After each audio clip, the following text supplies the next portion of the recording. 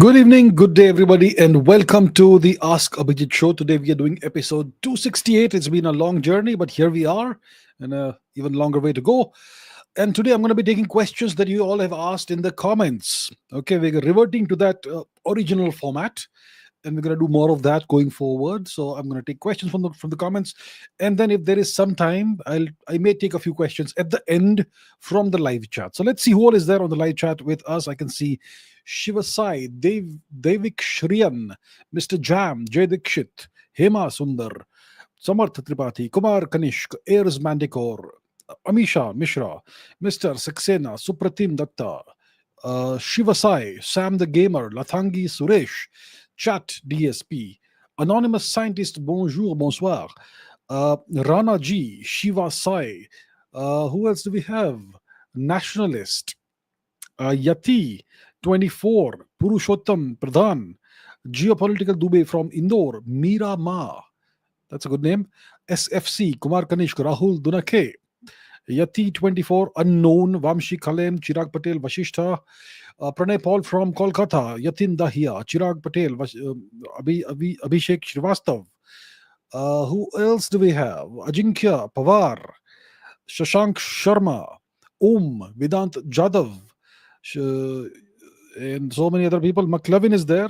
Jai Shri Ram, Mr. McLevin, and everybody else. So let's get going with the questions. I won't be able to greet you all, but let's start with the questions that we have. So what's question number one? Okay, question number one is by multiple people, and it's even more people who have asked this question. Space Striker Ritesh Sharma Tushar Karki. We should ignore words and focus on actions. The Indian government is loud in words against Pakistan, but their actions, like allowing Pakistan YouTube channels, send out a different message. Is the government really nationalistic? Why has the Indian government unbanned Pakistani YouTube channels and Insta accounts? What's the rationale behind this move? Yesterday, the Indian government unblocked all Pakistani propagandist accounts in YouTube and Instagram, and today they are making a childish claim that accounts got unblocked because of some technical glitch. Why does this government fear too much in taking decisions, etc.? And even if very important for the Indian interests. When it comes to actions versus words, I think Operation Sindoor was actions. Those missiles raining down on Pakistani air bases and military sites was actions. The loitering drones, the Harop drones going down on Pakistani military installations was action. So let's not say that the government is only words and no actions. That's not the case at all. Okay. Now, when it comes to this matter about the YouTube channels and possibly Instagram accounts, I heard myself that yesterday some Pakistani channels that had been banned were unbanned for a while. I'm not sure about the Instagram accounts. So let's take a look at what the situation is. We are aware of a whole bunch of Pakistani YouTube channels. I think many Pakistani YouTube channels were very popular in India because of the cricket content. For example, Inzamam, right? Inzamam, the former cricket captain. Inzamama. Okay, Inzamam. YouTube.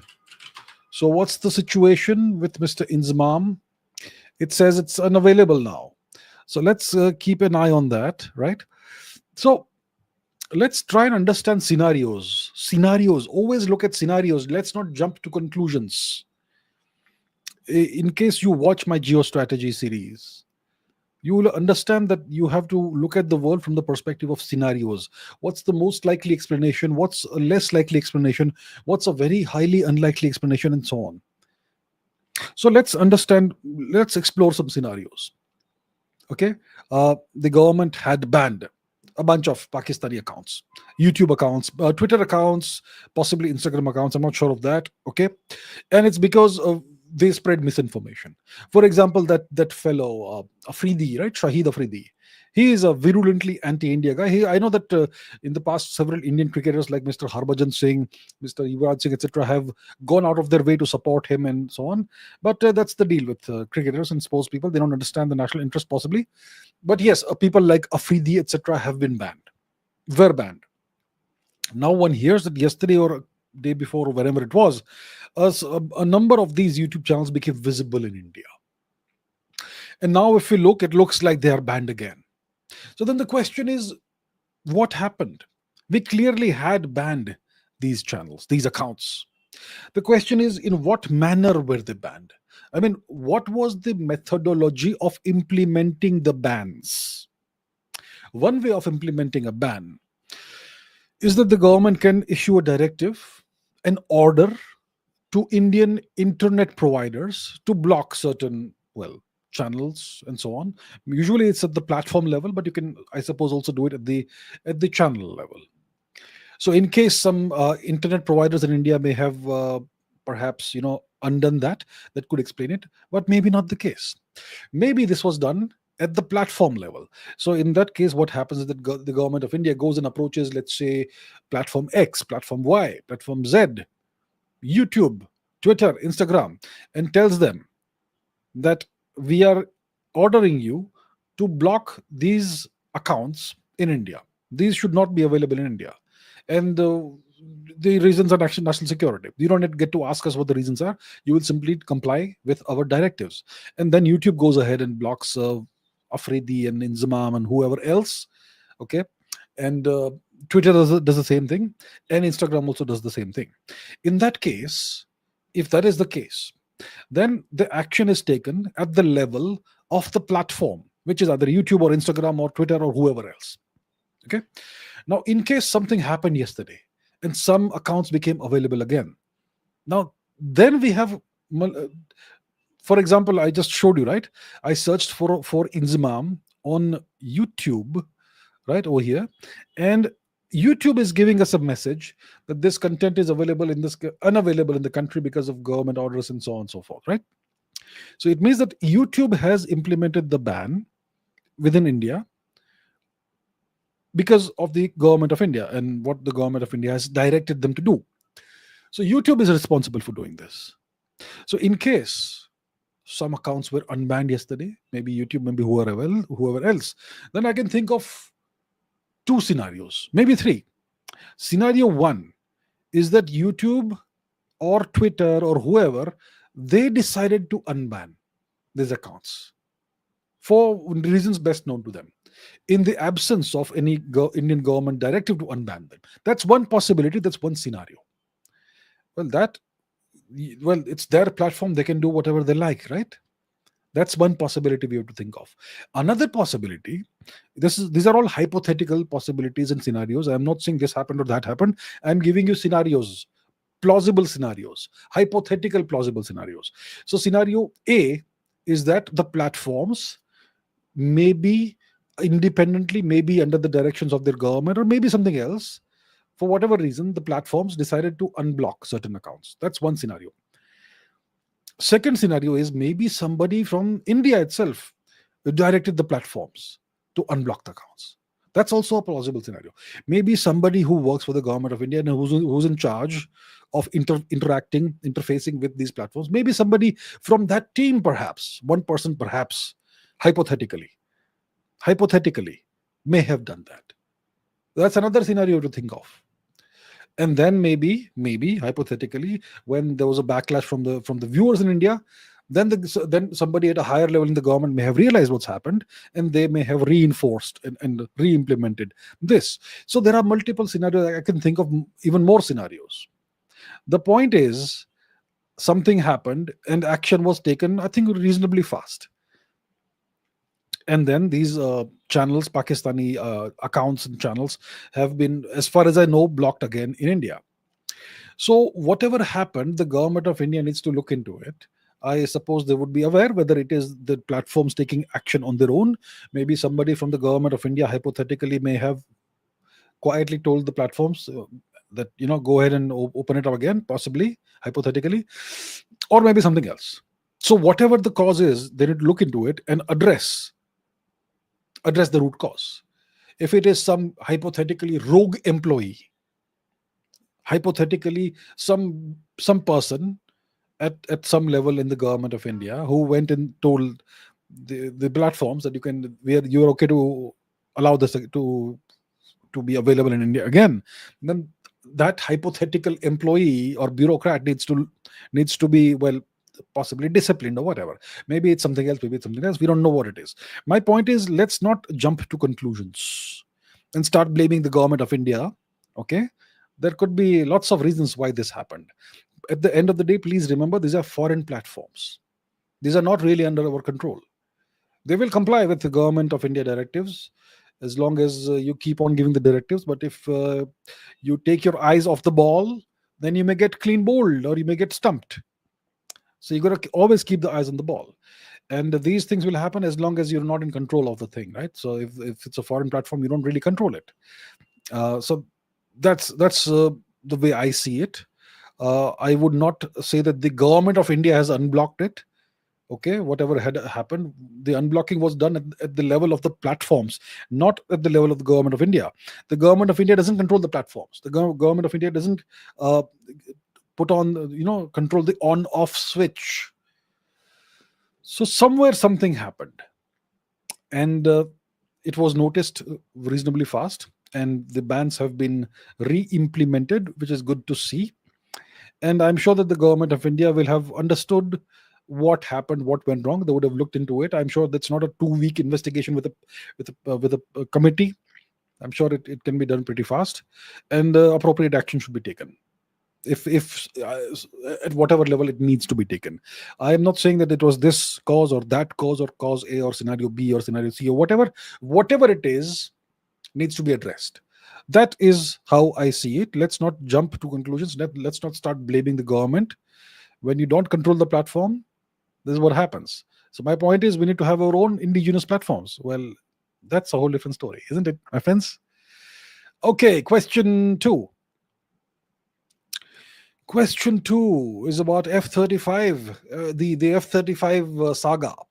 So we have a F-35, a British F-35, which is currently parked in what? Thiruvananthapuram? Wherever it is parked. And it's been there for like 3 weeks now. And it appears that it's not in a flyable condition anymore. And it's going to have to be potentially dismantled and shipped to the UK. And the UK will obviously foot the bill of the parking charges and whatever other charges are there. So the question is, what was? So we have two questions, one by Prem Kumar, one by Aniket. Prem Kumar says, is it not possible to get the stealth material of F-35 as it is in rain and with sample of the ground around it? We can get what material is used to coat the thing. And Aniket says, what was this British F-35 doing near the Indian coastline? Are conspiracy theories true? I'm not sure what these are. Or was it just a bad weather malfunction? Let's address Aniket's question first. What was this aircraft doing near the Indian coastline? So I believe we held some joint exercises, naval exercises between the Indian military and the UK military, Indian Navy, UK military, UK Navy. Two navies worked together for a bit for a joint exercise or something, and that's why we had this British aircraft carrier off the Indian coastline in international waters, of course. And that's why this F-35 was flying around, because it was based on that aircraft carrier which was in the vicinity, and maybe it was doing training sorties or whatever. Okay. So it was flying, and there was obviously heavy weather. Right now it's the rainy season in the subcontinent, so you have very heavy weather, lots of rain. And they say that the F-35 attempted multiple times to land on the aircraft carrier, did not work out, and it was running short of fuel, so it had to make an emergency landing in the Indian airport, Indian airbase. And ever since then, it's been parked over there. So the question then arises that once it landed, why couldn't it just be refueled and sent on its way? Go back, right? But for some reason, it's not gone back, and I'm not sure what the stories are. But now the news, what I hear in the news is that it's not in a flyable condition. There's something wrong with it. It's malfunctioning or something. You can't fly it. So it's going to have to be apparently dismantled and shipped to the UK, and obviously the UK will pay the bill for all of that. So that's what one hears. And of course, there have been conspiracy theories about maybe it's a spy aircraft and they've got lots of sensors inside the aircraft, hidden inside, to spy on the Indian in the Indian military capabilities in that airport, that airbase. I'm not sure what is true, what is not. In the absence of sufficient information, all you can do is speculate, and speculation can lead you in all kinds of directions, including into what you call conspiracy theory directions. I don't know. It's possible that it could have had some spying devices, sensors of some kinds, etc. The possibility exists, but I'm not really sure what the thing is. I am not here to sensationalize the issue and say that ye hamare upar jasusi kar rahe the and all that nonsense, right? We don't know. It's a possibility that we have to take seriously, but it may not be the only possibility. Like I said, multiple scenarios one can imagine for what happened here as well. So the thing is that this exists here, and it's under heavy security, I suppose. One CRPF officer with automatic rifle standing near it. That's what you see, and so on. So that's how I see it. Uh, I'm sure the government knows better. I'm sure the government of India knows exactly what was being done there. Okay, whether it was really a malfunction or whether it was on a spying mission or whatever else. I'm not even sure what happened to the pilot. The pilot, obviously, was he repatriated? Was it sent back to the aircraft carrier? Was he put on a plane and sent back to London? What happened? I'm not really sure. But obviously, the pilot is not here after 3 weeks. So something. So the government of India is fully aware of what's going on. I'm pretty sure. Now about the stealth material. So what I hear is that the F-35, it has a stealth coating, a special coating of a special material, and you've got to repaint it after every mission. That's what one hears. Okay. So when you're doing training missions, you don't need to repaint every time it lands on the aircraft carrier. But when you're on an actual combat mission, and you go and do your thing and whatever else you're supposed to do, and you can return, then it has to be repainted all over again. It has to be given a new coating of this stealth material. That's what I hear, and that's one of the reasons why the flying costs are so high, and the downtime between missions is also so long, like 50 hours at least, for the time it takes to paint the thing and for the paint to dry and all that. So it looks like it has a very special stealth coating. Now, the aircraft has been here for 3 weeks, roughly, give or take, and it's been raining. So, is it possible that the rain could have dissolved, or some of the coating material, or some of it could be found in the puddles around the around the aircraft? I think it's possible. So, does it mean that we should just go and collect the puddle water, the rainwater, and do a proper chemical analysis of that, whatever analysis, and find out what material they're using? It's something that certainly can be done. It's something we should possibly do. Take it seriously, perhaps. But we also have to consider the possibility that this was an aircraft on a training mission. It must have done lots of training sorties, and maybe the stealth coating wasn't present on it because they want. Look, I think if there's a chance that the aircraft will end up in India with the stealth coating, and the Indians will find out what the stealth coating is.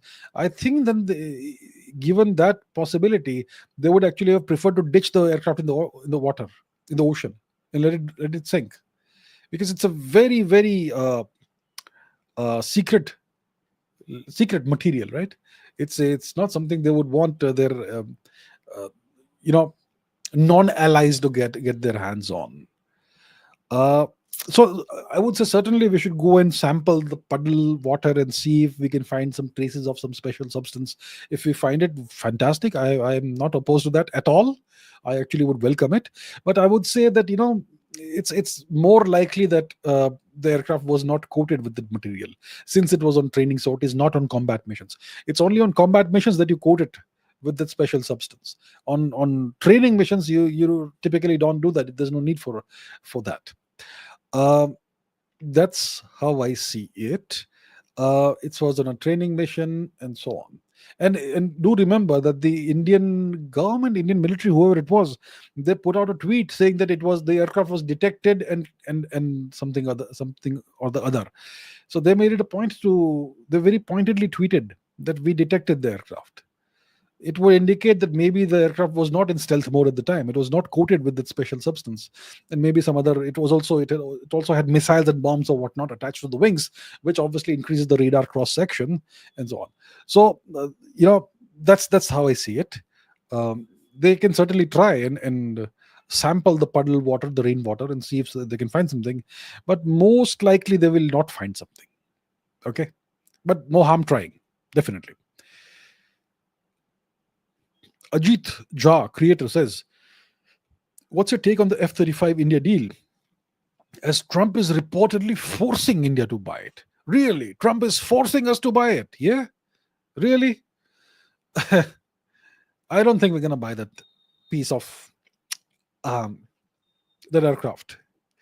What's the term I used in the past? Flying trash can. The F-35 is a terrible aircraft, but that's not the reason we should not buy it. See, what's my take on the F-35? My F-35 deal. There is no F-35 deal. I don't think India will be purchasing the F-35 no matter what happens, especially after Trump's behavior towards India.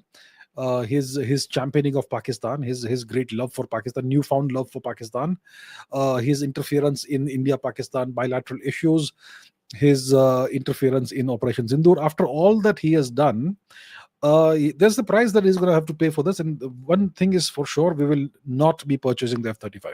If India ends up purchasing the F-35, it means that we are on our way to vassalhood. It means that we have given in to the Americans. I don't think it's going to happen. But the question really is that why am I opposed to the F-35 deal? It's not like I have some kind of animosity towards country X or country Y. I have nothing personal against the US. It's a wonderful nation and greatest nation in the world, most powerful nation, etc. No question. Then why do I oppose India potentially purchasing the F-35? Well, I oppose that on the issue of sovereignty. Then you will ask, but we bought the Rafale, we bought the Sukhoi, we bought the MiG, whatever. What about sovereignty? Well, you need to grow up a little and understand what I mean by sovereignty. See, when you buy something, let's say I purchase a pen. Okay, I just purchase a pen. So once I purchase it, this becomes mine, right? It is supposed to become my instrument, and I'm supposed to be able to do whatever I want with it. I can write, I can sketch, I can draw, I can whatever. Yeah, it's entirely up to me what I use this for. Now, the deal with the F-35 or any US platform is that if you purchase the goddamn thing, it's not really yours. And it has liabilities. It comes with liabilities. First of all, you don't get the full version. You get an export version, which is a stripped down, dumbed down version of the aircraft. Secondly, the Americans will decide how it will be used. So every day before you take it out for a spin in the skies, you essentially have to get an OTP from the Americans. Okay? Essentially like that. And to get the OTP, you have to first give them your flight path and your flight plan and all that. So once they go through your flight plan and what you're planning to do, then they will say, okay, it's fine, and they give you the OTP. Then you enter the OTP and the aircraft powers on. Then you can only do what you're allowed to do. Okay? And then the aircraft may have built-in kill switches. Now, is it some imaginary concept I've pulled out of my backside? A kill switch. Is it so? Ask the Australians whether they believe in kill switches or not. There are many experts, very respected experts in India who are saying that this kill switch business is nonsense. What is this kill switch nonsense? Kill switch garbage. It's a figment of some idiot's imagination, they say. Ask the Australians what happened to the aircraft they purchased from the US in the 1980s. They purchased a bunch of, I think, F-15s or whatever it was, okay, in the 1980s. And once they purchased and they acquired, they took delivery of the aircraft, the Australians. Remember, Australia is one of the Five Eyes nations. It is one of America's closest vassals. The Australians take delivery of these aircraft in the 1980s. They take them for a spin and they say, okay, let's see what these beasts are capable of. So they do some mock drills in which they designate some targets, and the pilots will then tell the aircraft, okay, lock onto this target and take it out. So the moment they try to do that, the aircraft's target acquisition system simply ignored the pilot's directives. It refused to lock on to targets that were not pre-approved by the Americans. And this happened over and over again. The aircraft were useless. The Australians could not use them for whatever purposes they intended them for. And it was all overridden. The pilot's directives were all overridden by the software in the aircraft. And it was not until the 21st century, the first or second decade of the 21st century, that the Australians were able to crack that software. So for 30 years, the aircraft were useless for the Australians. Okay, that's just one example of a kill switch. What do you call a kill switch? Kill switch means you can prevent the aircraft from taking X action or Y action. In the extremist cases, it may even refuse to power on. Obviously, the OTP also comes into effect over there, right? And then there could be back doors. And first of all, you to fly the F-35, you have to sign all kinds of agreements that open up your airwaves to the Americans, to make your electronics communications compatible with American whatever standards and all. So that again, you lose some sovereignty there. Then if you acquire a whole bunch of aircraft, $110 million a piece, and you can't use them for what you want to use them for, and maybe they're also siphoning off your electronics communications and relaying them somewhere, what happens to your sovereignty? There's no sovereignty. You become a vassal like this. And there's so much more. They could have backdoors that would transmit all your data, all your classified secret information back to the Pentagon. So much more. This is not science fiction. This is routine. Okay, so if you acquire this aircraft, you essentially hand over your sovereignty on a platter to the Americans, your military sovereignty, and it's at the end of the day, it's just not good. It's not a good aircraft at all. I would say, look, if Trump wants to sell aircraft to India, we should ask for the F-22. We want the F-22. Not the F-35. Let's see what Trump has to say. You want us to buy American aircraft? Sure, all right, sir. We want the F-22. Now let's see what Mr. Trump has to say. He's gonna throw a tantrum. No, F-22, blah, blah, blah. It's not the best aircraft in the world. F-35 is the one on offer, and so on. So my point is, F-35, we should not acquire it. No matter what Trump says, how many tantrums he throws, and so on. Pranay Paul says, how has the Dalai Lama's reincarnation decision rattled China? What's the core reason behind Beijing's visible irritation this time? Oh my goodness, Beijing is irritated. I am so sad. Okay, before we go into the matter, let me remind you all that I have been very clear and very consistent about my stand when it comes to the Dalai Lama's, His Holiness, the Dalai Lama's reincarnation. And in case, because memories are short, let me just put this on the record one more time. I did it yesterday. I'm doing it again today. Take a look at this. He needs to announce his plans for his reincarnation, because the Chinese plan to hijack the office of the Dalai Lama and appoint their own Dalai Lama. So if His Holiness the Dalai Lama announces that he will not be reincarnated in Tibet, he will be reincarnated either in India or somewhere else, then the Chinese claim to the legitimacy of their appointee as the Dalai Lama will evaporate. His Holiness the Dalai Lama is now at the stage where he needs to decide about his succession. Who's going to be the next Dalai Lama? Will he reincarnate in Chinese occupied Tibet, or will he reincarnate in the diaspora outside of Tibet? So this is the succession the Chinese are worried about, because they want to appoint their own Dalai Lama. And if the current Dalai Lama says that is illegitimate, then the Chinese attempt to hijack the institution of the Dalai Lama will fail. The 11th Panchen Lama, they hijacked that institution. So once he passes on, the Chinese government will hijack that process and they will appoint a CCP Dalai Lama, a Chinese Communist Party sanctioned Dalai Lama. It is something that is important from multiple perspectives, including a geopolitical perspective. The Dalai Lama needs to announce, he needs to make his intentions clear, whether he does intend to be reincarnated or not. Eventually, whenever the India-China issue will be resolved, the root cause is Tibet. The illegal, illegitimate, brutal Chinese occupation of Tibet. It is high time for His Holiness, the Dalai Lama, to declare what is the succession going to be like. The Dalai Lama's successor has to be non-Chinese. Ideally, what His Holiness should do is he should make a clear, unambiguous declaration of how the issue of the succession should be handled. So there we have it. So it's clear that I have been extremely consistent on this, and I have been recommending that this decision be taken, and that is exactly what's happened. So what I've been saying for more than 4 years, it has finally happened now on the eve of the Dalai Lama, His Holiness the Dalai Lama's 90th birthday. So it's excellent. And now the question is what Pranay is asking: how has this decision about his reincarnation. How has it rattled China? What's the core reason behind Beijing's visible irritation this time? You haven't seen the irritation yet. They're just starting off.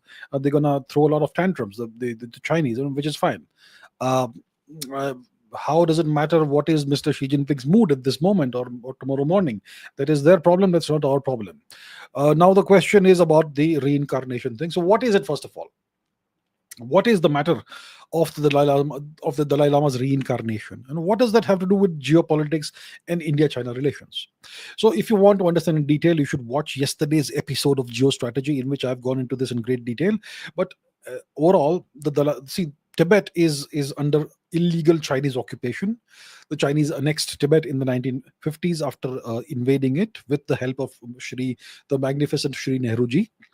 And they have devastated Tibet. They have tried to conduct an endemic cultural and ethnic genocide of the Tibetans, and so on. Now, the reincarnation issue is that the Chinese would like to appoint the next Dalai Lama.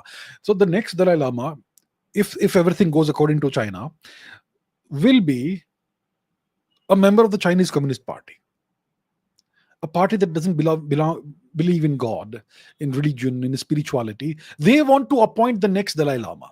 It's a tradition that goes back 5-6 centuries, and they want to decide who the next Dalai Lama will be, so that they can take over control of the entire spiritual world of the Buddhists. The Dalai Lama is the highest ranking spiritual leader of all Buddhists, right? And the Chinese would like to own that. And if this matter of the reincarnation and the appointment of the next Dalai Lama happens outside of Chinese control, then it indicates very clearly to the entire world that this matter is beyond China's control, and this matter, which is central to Tibetan culture, is not in China's control, which raises questions about the legitimacy of China's occupation of Tibet. So this matter essentially reopens the Tibet issue. This matter once again ends up categorizing Tibet as a disputed area, a disputed territory. And that's why this has rattled China. So, in case you don't know, the Dalai Lama reincarnates. Okay? According to our culture, dharmic culture, we believe in reincarnation. Tibetan culture is dharmic culture. It is also our culture. Okay? It's also an extension of our culture. So, the Dalai Lama, once the Dalai Lama passes away and leaves his body, he reincarnates in the form of a young child, a boy, and that child will show certain signs and characteristics that are well known. And Tibetan lamas go across the country, across Tibet, looking for a child that has those characteristics. And once they find the child, they bring the child to Lhasa, to Potala Palace, and train the child to become the next Dalai Lama. And the child is obviously the reincarnation, so the child will possibly remember some of it, and so on. That's the tradition. Now, Potala Palace is under Chinese Communist Party occupation, so it can't happen in Potala Palace. So now it will happen in Dharamshala. The next Dalai Lama, the 15th, the current Dalai Lama is the 14th Dalai Lama. Whenever he chooses, he's going to be 90 years old soon. So whenever he chooses, I hope he lives the longest life, maybe 100, 110 years, as long as humanly possible. But whenever it is time for him, as per his choice, he will leave his body and reincarnate. And now, he has decreed that he is not going to be the reincarnation process and identification process of the next Dalai Lama will proceed as per tradition and without any external interference, which means it will happen outside of Chinese occupied Tibet, which means that most likely the next Dalai Lama will be chosen from a newborn child from within the Tibetan diaspora in most likely India, which means that Dharamshala will be the center of Tibetan Buddhism. It will not be under Chinese control. And it will raise enormous questions about the legitimacy of China's illegal occupation of Tibet. And that's why this is a disaster for China. Right? That's what explains the tantrums China is throwing and is going to throw even more. And what does this signal? It signals that the government of India has taken a decision now. that there's no possibility of any rapprochement, any whatever with China and the Chinese. It means that the government of India has realized that the Chinese have making a decision that they're going to throw all their weight behind Pakistan and so on, and they're going to be openly hostile to India. So now it looks like that's the realization that's happened in India, and His Holiness, as a consequence, has made his announcement. He could have made it before, earlier, later, whenever, but I think it was decided at some point in time that he would make the announcement around his 90th birthday. So he has made the announcement. So what were the choices that he had? One indication he had given a few years ago was that maybe he would not reincarnate at all. He would simply attain nirvana.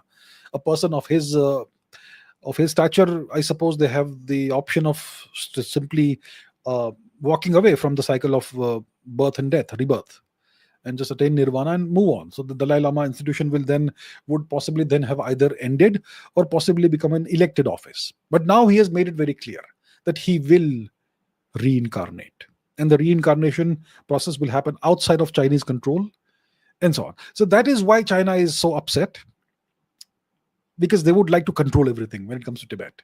And the central thing about Tibet is the institution of the Dalai Lama, the most revered figure in Buddhism.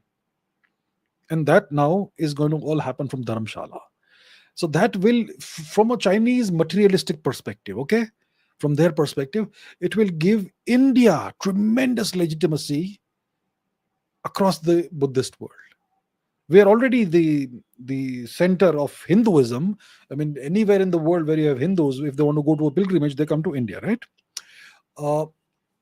When it comes to Buddhism, the pilgrimage places are obviously Bodh Gaya, where Bhagwan Buddha attained nirvana. It's Lumbini, which is Nepal, and it is also Lhasa, because that's where the highest authority, spiritual authority of Buddhism used to reside. So now it's all going to be India. And from China's materialistic perspective, that sort of perspective, narrow perspective, it will give India a tremendous amount of soft power over all the Buddhist countries.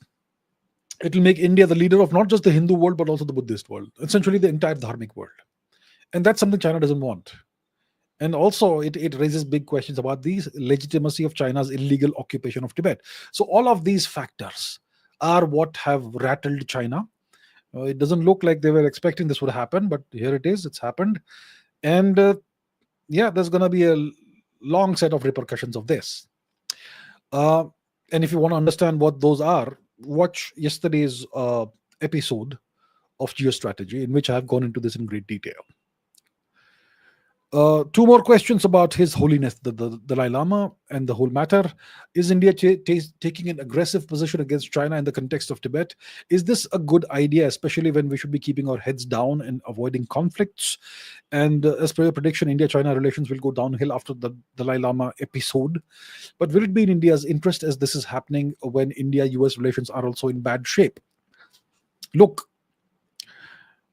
at China's actions over the past few days and weeks and months. Have they been friendly towards India? They have not been friendly towards India. They've been hostile actions.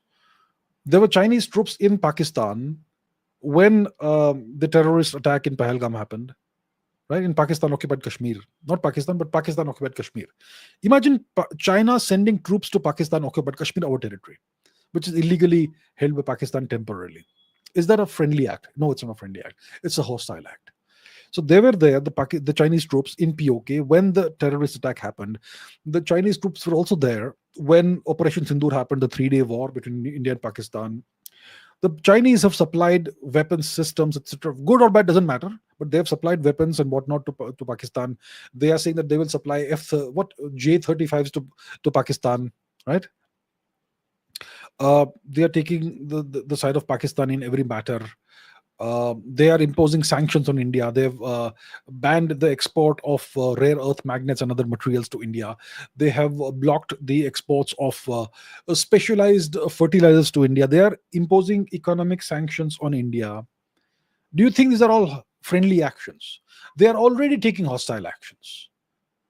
The Chinese have made the decision that they will not be friends with India. For some time, they were making nice sounds. Then we need to have a rapprochement.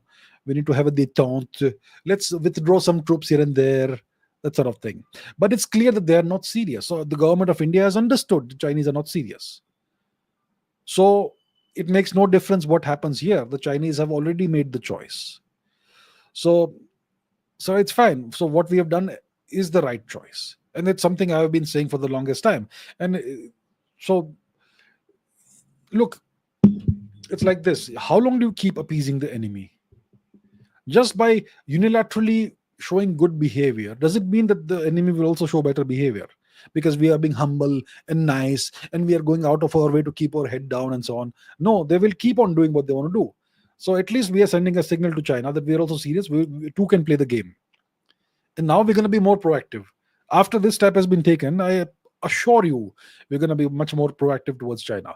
It is what it is. You have to deal with the adversary in a variety of ways, and this is the most appropriate way, in my opinion, when it comes to China. What we have done is this: we have reopened the Tibet issue. We have essentially stated that Tibet is a disputed territory. China's occupation of Tibet is not legitimate. Do you know how the Chinese started making claims over Arunachal Pradesh? Initially, they were not claiming Arunachal.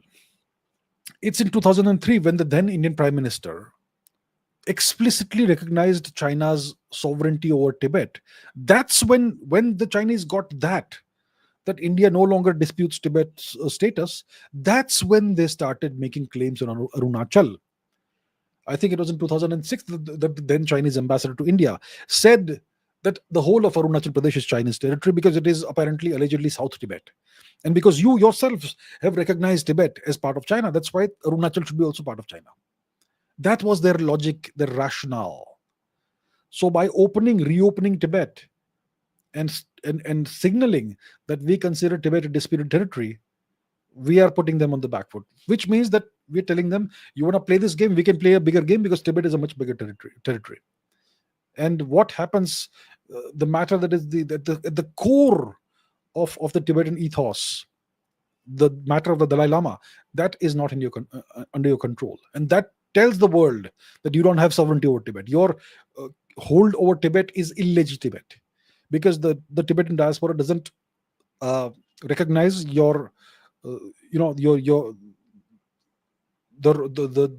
doesn't recognize that you have a legitimate claim over Tibet. You are holding it illegally, and that's why they are doing the entire process of the reincarnation of the Dalai Lama and the selection and the identification of the next Dalai Lama outside of China. So I think it is the right thing to do. I know that we have all kinds of challenges that we face. India-US relations aren't also great right now, not because of us, but because of Mr. Trump. But it doesn't mean that we should give up and not fight. So here we're fighting, and that's the right thing. The Chinese involvement in Pakistani defense operation during Operation Sindoor has everything to do in the current development of His Holiness Dalai Lama's decision, divine intervention. Also, I think it's one thing that obviously made it very clear to India that China is not serious about better relations with India. Since last year, since the middle of 2024, the Chinese have been indicating that they are interested in better relations with India. We are feeling the heat from the US, and the US is shutting down their markets for us. Then where do we export? We need the Indian market then, because that's the only big market left.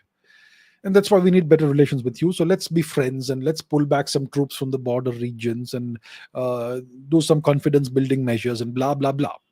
So there was all talk, word. On the other hand, they were supporting Pakistan all the time. And that became very clear during Operation Sindoor. So obviously the whatever happened during Operation Sindoor and the Chinese position at the time and the Chinese position and actions ever since, they have gone a long way towards indicating to us that the Chinese have never been serious about wanting better relations with India. So since you don't want better relations with us, well, then why don't you go to hell all the way? So yeah, that's where we stand. Rakesh Mistry says, I'm from Bangladesh, watching your videos since 2023. Well, thank you so much for watching. I hope you're well in Bangladesh. And so on. Yeah, thank you so much. Thank you so much, sir. You said US and China talks eye to eye. They see eye to eye when it comes to India's growth and everything to do with India. My questions are: first of all, is it possible that China and India see eye to eye against American conspiracy? And secondly, Russia, is it possible that Russia and India could cooperate together against Chinese aggression? Okay, so yes, the Chinese and the Americans do see eye to eye on two things. They see essentially one thing, and the second thing is an extension of the first thing. They see eye to eye when it comes to India. Neither China nor the US wants India to become a much larger economy. Neither of these nations wants to see India as a 10 trillion, 15 trillion, $20 trillion economy. They don't want that. Because if India grows to a $10 trillion economy, it will only happen if India becomes a manufacturing power. And it will only happen if other nations, their companies, pull out of China and move into India. And essentially transfer their manufacturing base from China to India. That would be a disaster for China, clearly. So it's terrible for China. It's actually an existential threat for China, you see. So China doesn't want India to grow. And the US also doesn't want India to grow too much, because then India could potentially become the next China. And India may not have some of the problems that China has, and so on. India has other problems, China has other problems, but we may have learned from the Chinese mistakes and so much more. So the US also doesn't want India to become a 10 trillion, $15 trillion, etc. economy. So both nations see eye to eye on that matter. Because of that, both nations, the US and China, also see eye to eye on Pakistan. Pakistan, obviously, East and West Pakistan, both are US vassals. Both have undergone regime change operations, US mediated regime change operations. Pakistan 2022, Imran Khan's ouster and whoever else came into power was a US vassal. And in East Pakistan, Bangladesh, you had the regime change operation which ousted Sheikh Hasina, who was pro-India. And now you have a very anti-India regime there, which is a military regime. And the puppet is this fellow called Mohammed Yunus, Nobel Prize winner. Right? And yet, despite being US vassals, both East and West Pakistan are also cooperating with China. Mohammed Yunus went to Beijing and he was lecturing the Chinese over there that Bangladesh can cut off India's far east, northeast, and make it a landlocked place, which is why you should invest in Bangladesh and we are very good for you. And Pakistan also has been courting the Chinese, and the Chinese have been also courting Pakistan. So you can see that the US is okay with East and West Pakistan having dealings with China, despite the US regarding China as their principal adversary. So it's clear that the US and China see eye to eye when it comes to India, and they see eye to eye when it comes to East and West Pakistan to a significant extent. Now let's take your questions. Is it possible that China and India see eye to eye against American conspiracy? Well, there's no US conspiracy. The US deal is that they want to keep on ruling the world. They are the world's sole superpower. They are an imperial power. It's an empire. And it's something that threatens China, obviously. The Chinese see that as a threat. The Chinese want to retake Taiwan. The Americans are so powerful that China can't even take an island which is in its own backyard.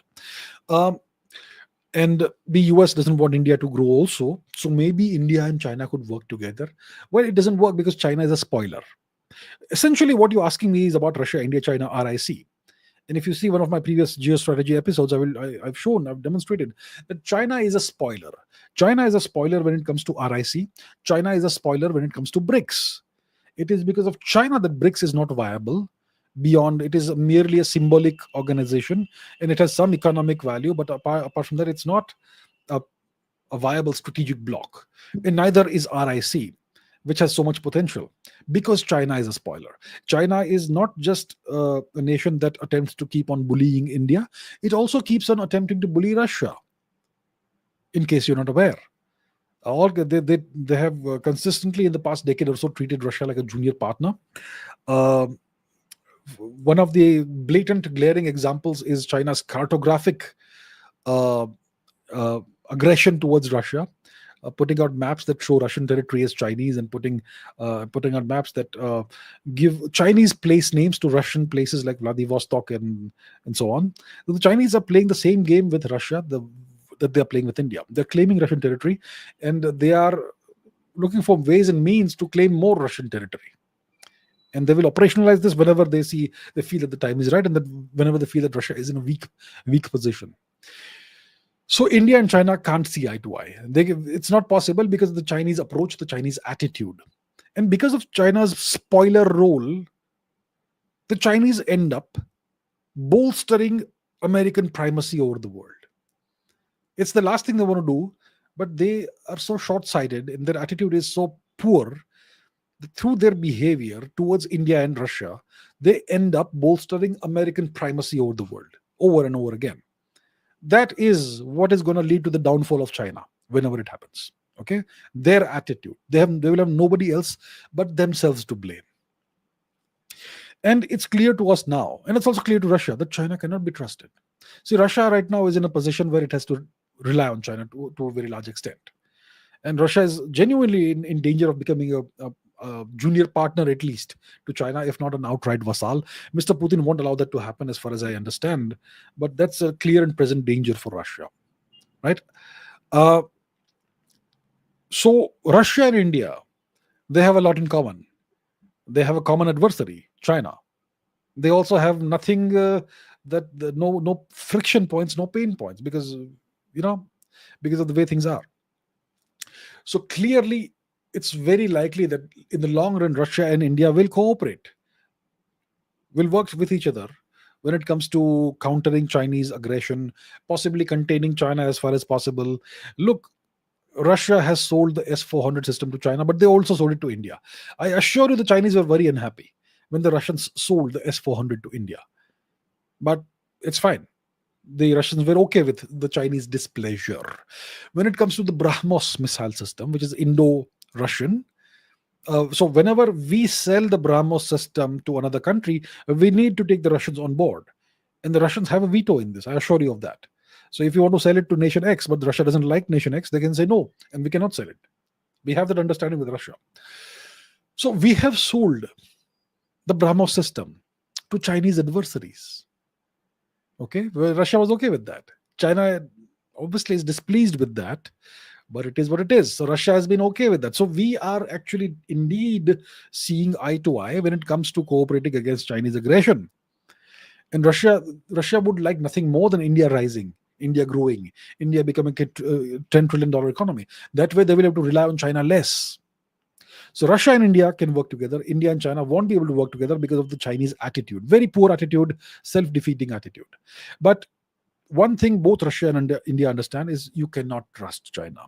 The Chinese are not trustworthy. They'll stab you in the back at the earliest available opportunity. Vashishta says, wouldn't continuous slow war with Ukraine decrease the military weapons stockpiles that Russia has? Isn't that a problem for Russia if there's a future war with NATO? Au contraire, mon ami. On the other, au contraire, to the contrary.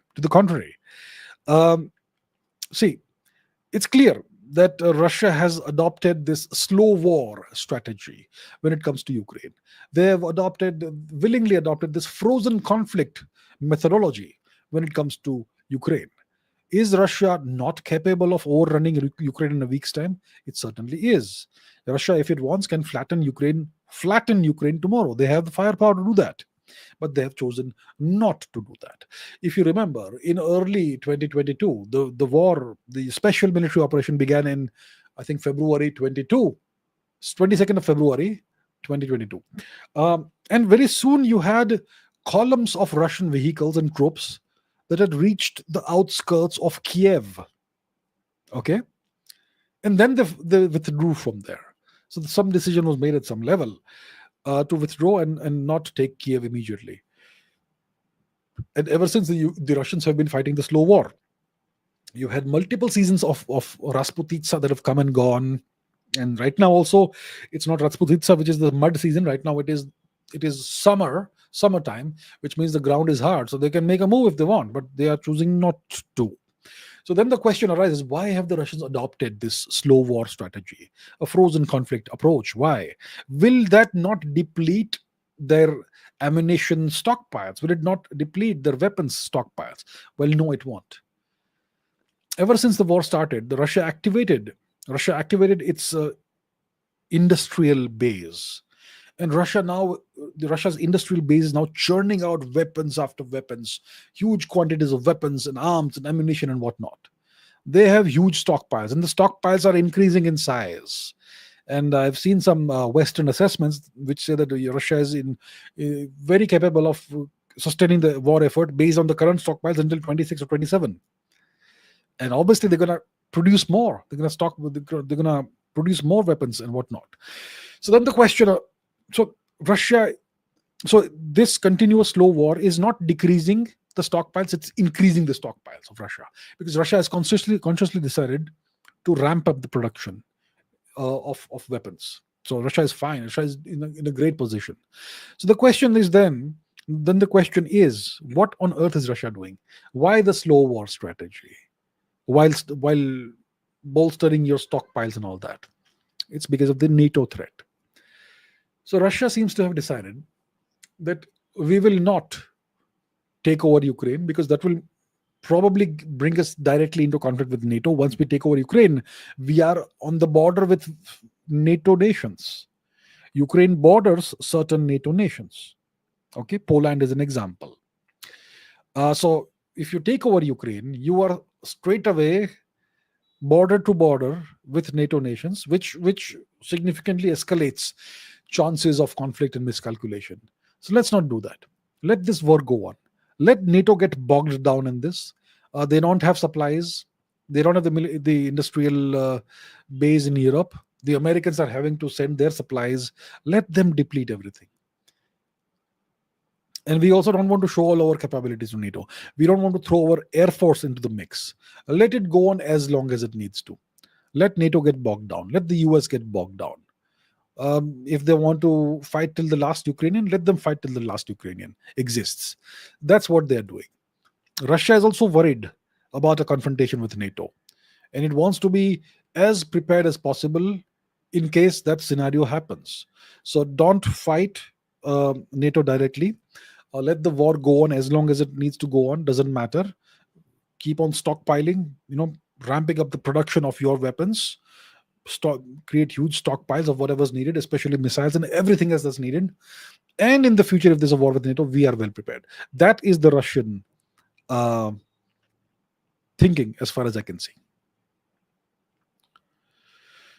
Okay, Aniket says, is it safe to export our best defense technologies like BrahMos to countries like Indonesia and Malaysia, because they are highly compromised nations by China, plus these are Muslim countries?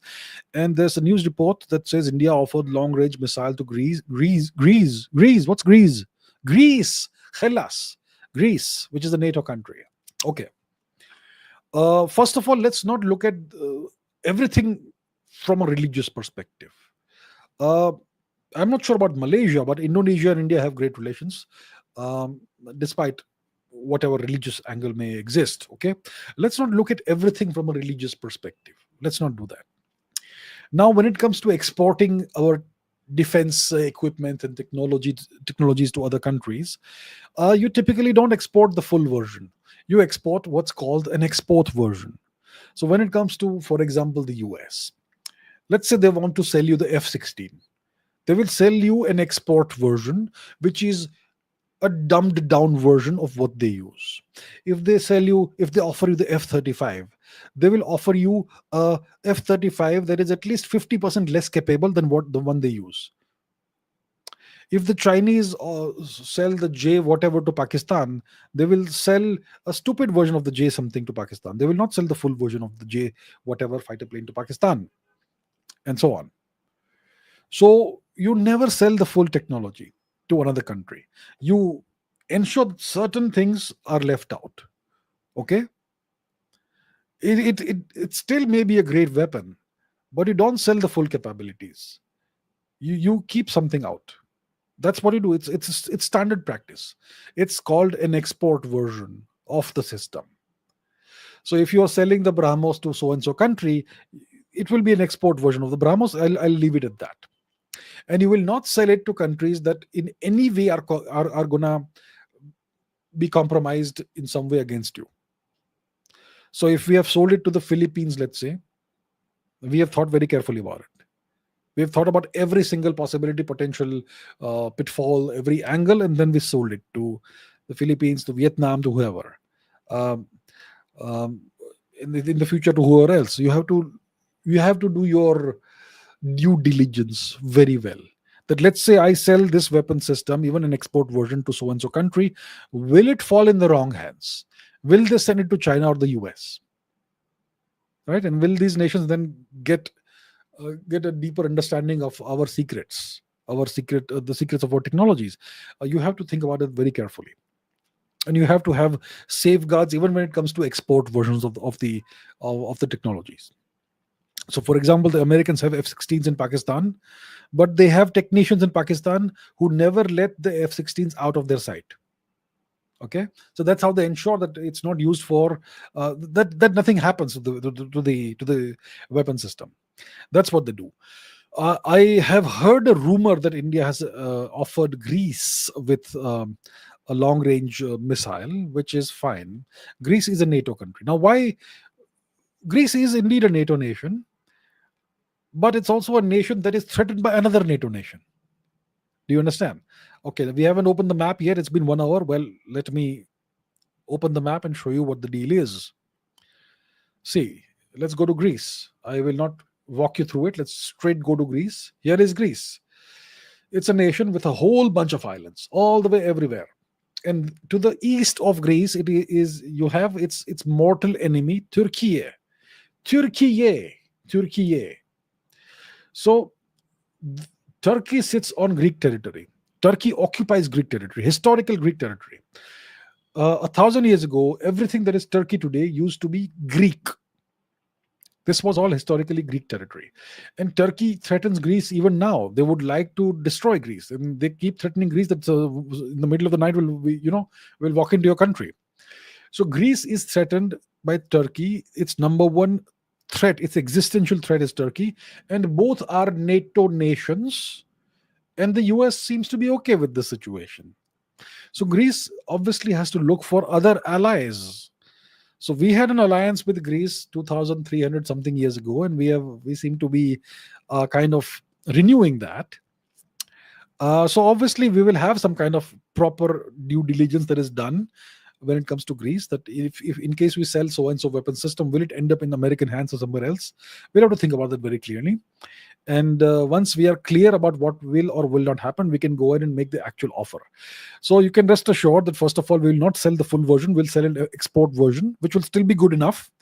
And secondly, we will do our due diligence before selling a weapon system to anybody. And then there's a fail-safe thing that even if for whatever reason it ends up in Chinese hands or American hands or whoever hands, they will not get the entire full understanding of our technology. So all that will be there. Yeah. Okay, Mudra Makwana says, thanks for all the free knowledge. Well, you're very welcome. Do you think putting all the geopolitical analysis and forecasting on public forums, like what I do here, could that potentially that forecasting and all that information that I put out, could it potentially be seen by our rivals and enemies? And what's the probability of them actually getting ideas from the analysis? That's a very good question you ask. So I do this very detailed forecasting, don't I, on my geostrategy series. And I look at what's happened the past week or so, let's say the 10 most important developments. Then I look at soft signals. Then I also then do some forecasting. I mean, the most important forecasts for the next 3 months or 6 months or whatever. And those are pretty in-depth forecasts. I look at multiple scenarios. I give probability percentages and I give historical precedents. It's pretty detailed analysis, isn't it? The question is that information too sensitive to put out in the public domain? Is it possible that our enemies will see that and get ideas from it? So we just took a question about exporting weapons, right? BrahMos, other missiles and so on to other countries. And I said that you never export the full version. You export a stripped down, dumbed down version called an export version, right? You don't give the whole thing. You give a version, a slightly lower version for export. Similarly, the analysis that I do and the scenarios I put out, do you think it's the full analysis and the full detailed scenarios? No, it's an export version. It's an export version that I put out in the public domain. The real thing is not put out in public. And what I put out in public, it's very clear from my perspective that, if you are a government, if you are in government, if you are in charge of geopolitical forecasting and strategic analysis in government, then it's not difficult for you to come up with the same scenarios. So I don't put out anything that's sensitive. I don't put out anything that's really like, sensitive. Essentially, I the analysis I put out there in the public domain are export versions of the analysis. They're not really stupid or dumbed down versions, but simplified versions. For example, I generally put out three scenarios: one with probability around 70 to 80%, sometimes 90%; one with a 30-ish% probability; and one with a 5-10% probability. Right? But generally, you have multiple scenarios. Like you can have 5-6 scenarios for something. I usually put out 3, sometimes 4. But you can have 7-8 scenarios, and you have to take all of them very seriously. And you can do very detailed analysis about each scenario. You can do game theoretic analysis for each scenario. You can do network analysis. You can do so much more. I don't put any of that out, do I?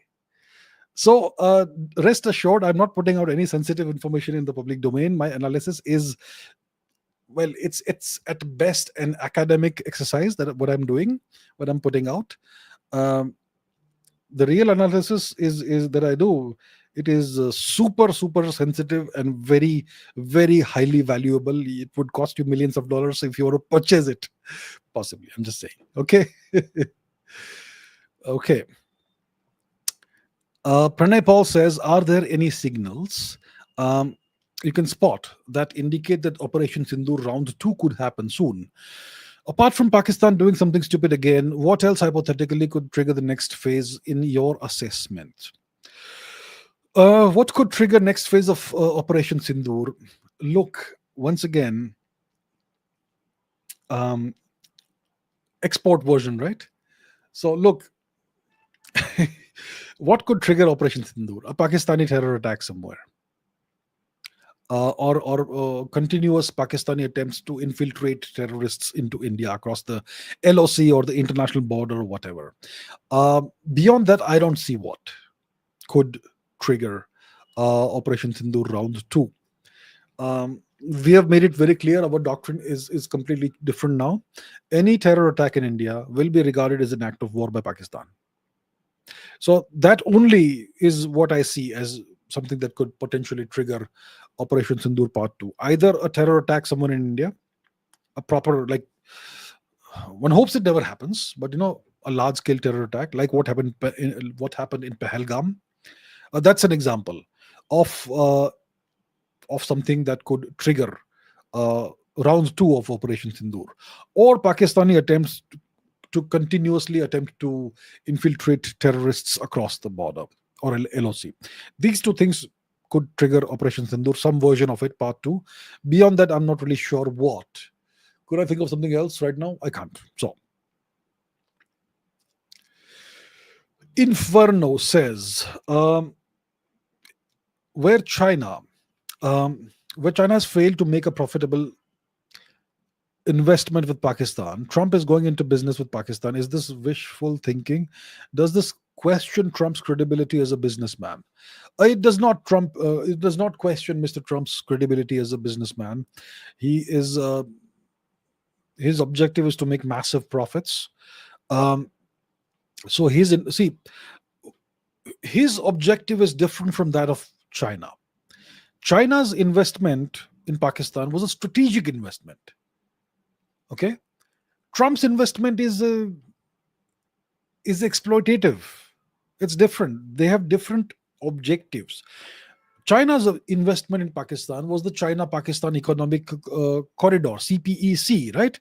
It was the Pakistani leg of the Chinese BRI, Belt and Road Initiative. One Belt and Road Initiative, right? One road to rule them all, one belt to bind them, that sort of thing. So the CPEC was the Pakistani branch of that. And the objective from China's perspective was to create infrastructure in Pakistan that would uh, bolster Chinese, that would be strategically sound and profitable for China, not from the money perspective, but from an infrastructure perspective. So ports, roads, and so on, and that would give China more inroads in the region, and also give China warm water ports in the Western Indian Ocean, the so-called Arabian Sea, and so on. That's what China intended. The entire Belt and Road Initiative is an infrastructure building initiative, and that's what they're doing in Pakistan through the CPEC. And it doesn't hasn't really worked out for a variety of reasons, but so that's what has happened with vis-a-vis China. China has pushed in has sunk a lot of money into Pakistan for building infrastructure for their own benefit. Infrastructure. Now Trump is not building infrastructure in Pakistan. Trump has no interest in building infrastructure in Pakistan. Trump wants to exploit Pakistan's natural resources. What natural resources? Oil and gas, most likely in Balochistan, etc., and also rare earth minerals, rare earth elements.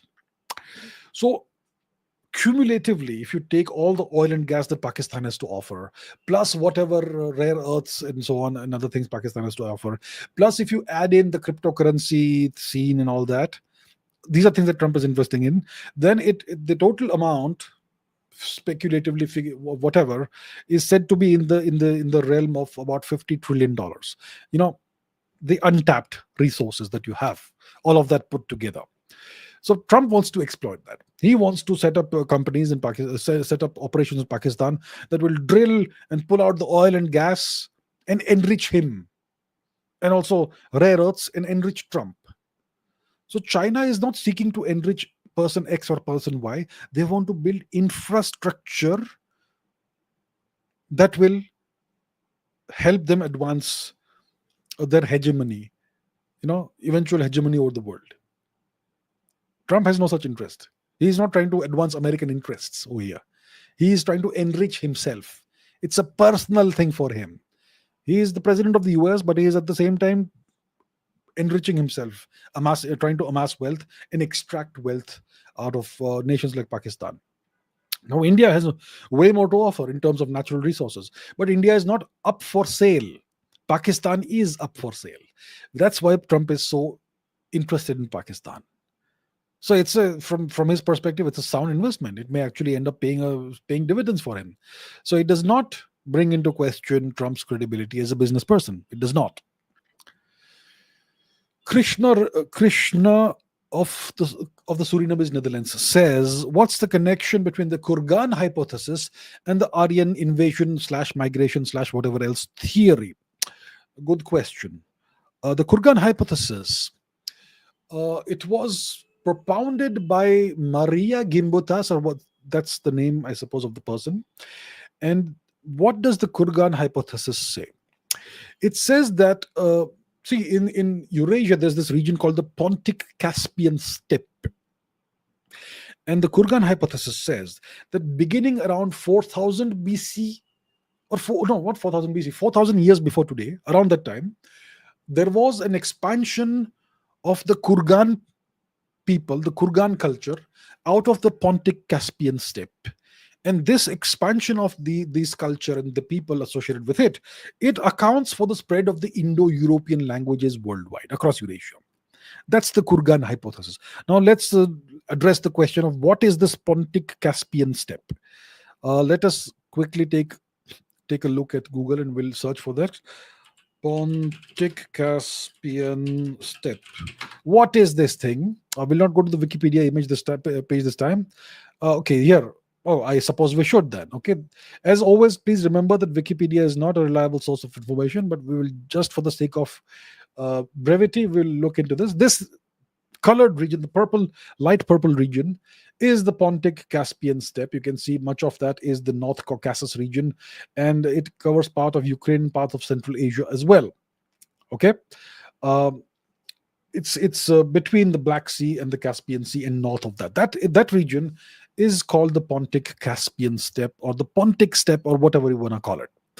So according to the Kurgan hypothesis, this culture spread out from this region and expanded in all directions, and that accounts for the spread of the Indo-European languages, and that also is the originator of the so-called Aryan invasion of India. Now, if you want to ask what is the Kurgan culture, they had these mounds, burial mounds called Kurgans.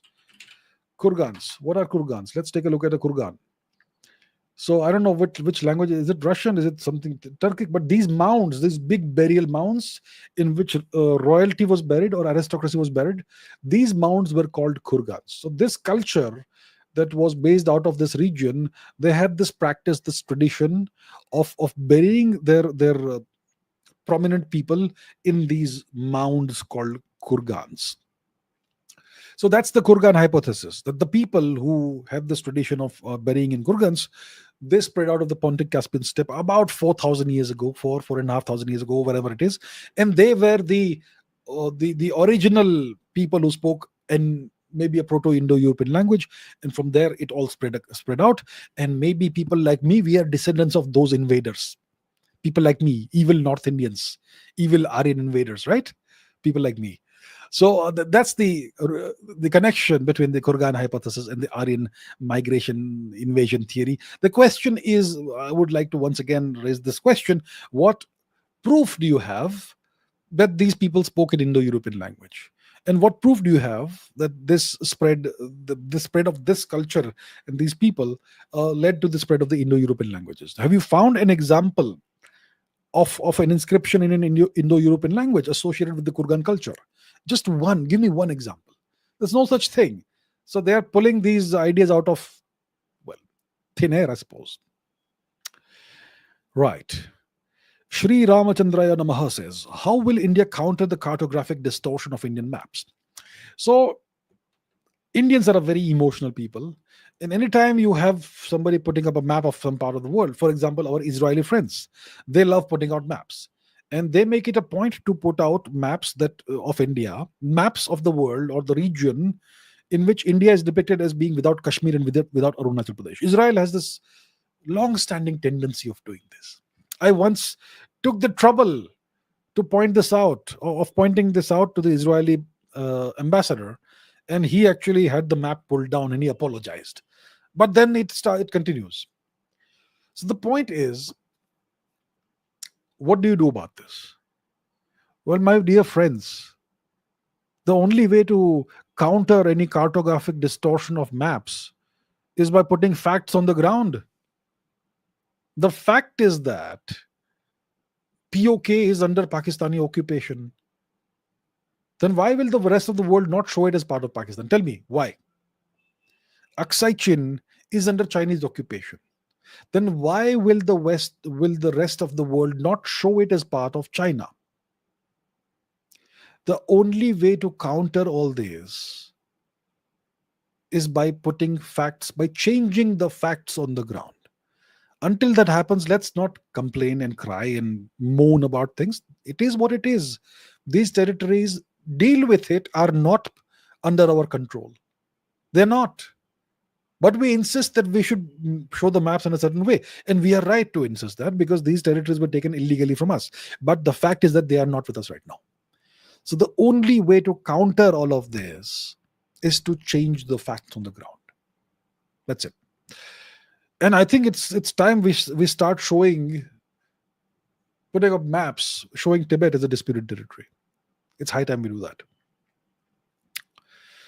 Okay, Vashishta says, India declared a critical mineral mission in the August of 2024, but we still face problems in 25 China mineral sanctions. That's right. What does it represent? We just take decisions, but we don't take action, or time was too short for results. It seems Indian government potential threat could not take effective measures. Okay.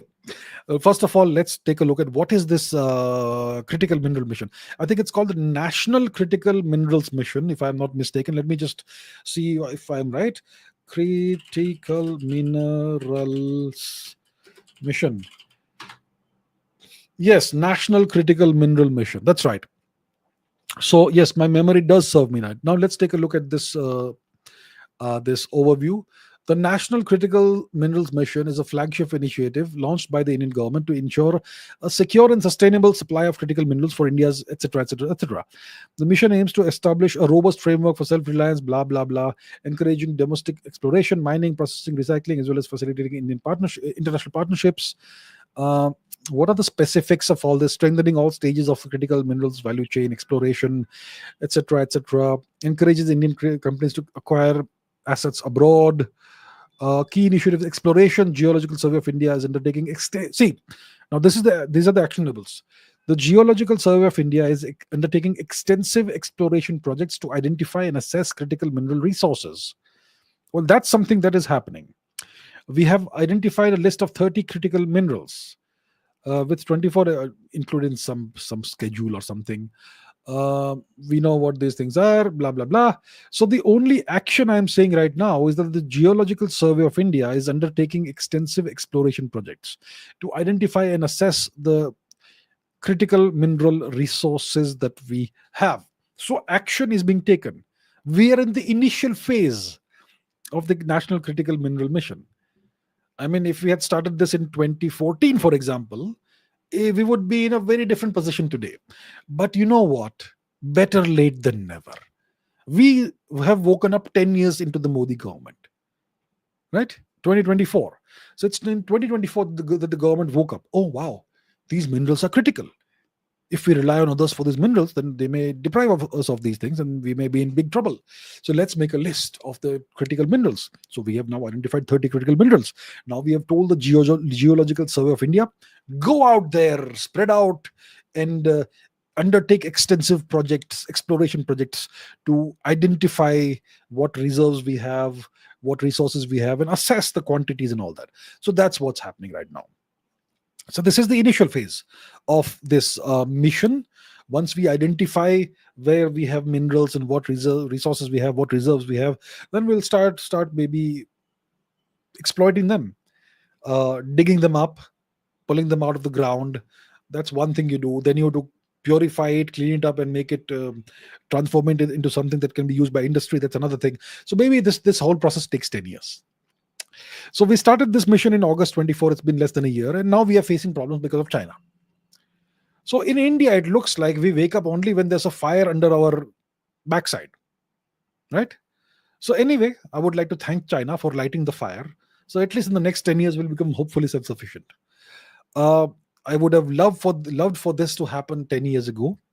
If it had happened, if this initiative had been taken 10 years ago, by now we would have been most likely to a large extent self-sufficient. But it is what it is. This is India, right? In India, everything happens in this manner.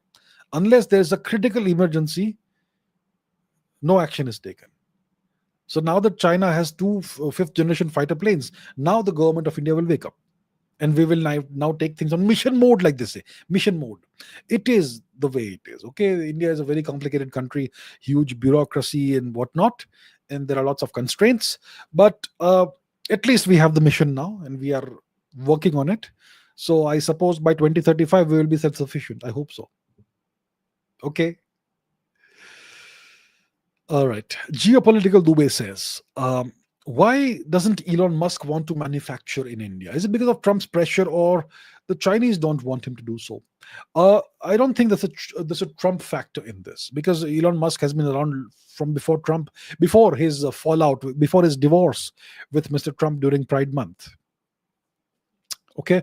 So I don't think there's a Trump factor in this. He has been reluctant to invest in India for a very long time. What could be the reasons for it? He has a giga factory or something in China. He's got a big operation in China. And of course, there's a China factor. The Chinese will give him both the carrot and the stick. They will give him inducements. Then, you know what? We'll allow you to set up more operations in China. And you know how efficiently things are in China. Why do you need to go to India?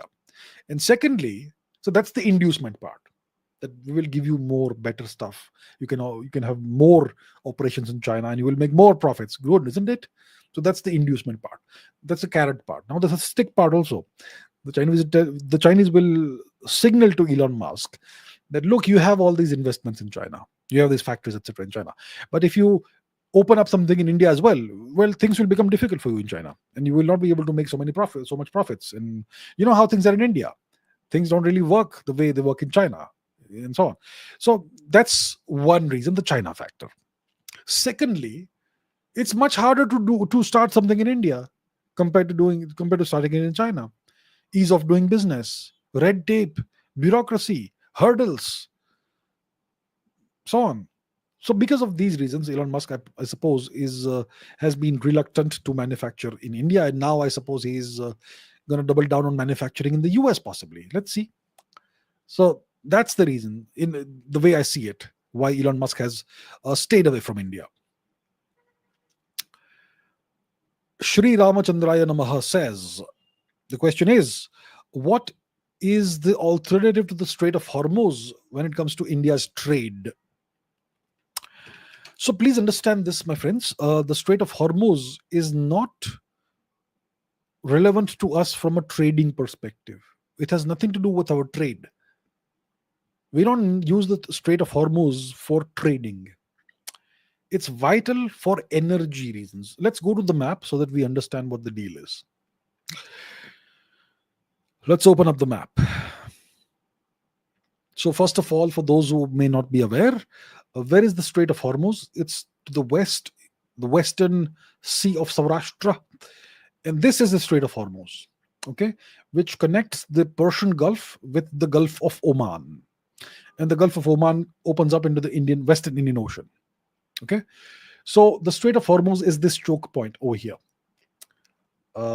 and it's about, I don't know, 50-ish kilometers ish wide, 64. It depends on how you measure the thing.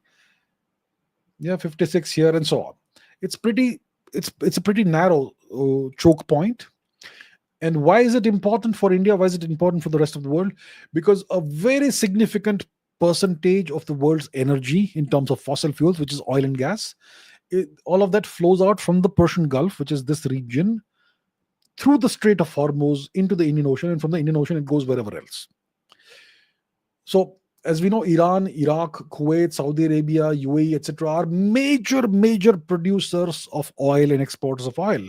And all of that export comes through super tankers and tankers which pass through the Strait of Hormuz.